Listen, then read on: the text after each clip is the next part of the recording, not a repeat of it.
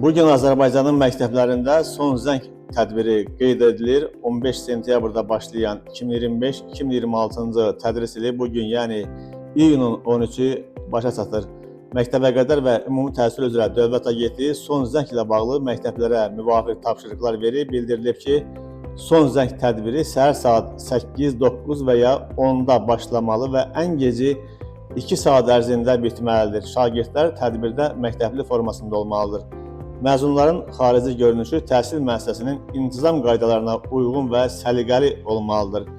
2025-2026-cı tədris ilində Respublikanın ümumi təhsil müəssisələrinin 11-ci sinifləri üzrə 116.550 nəfər məzun olur. Onlardan 55.954 nəfəri qız, 60.596 nəfər isə oğlandır.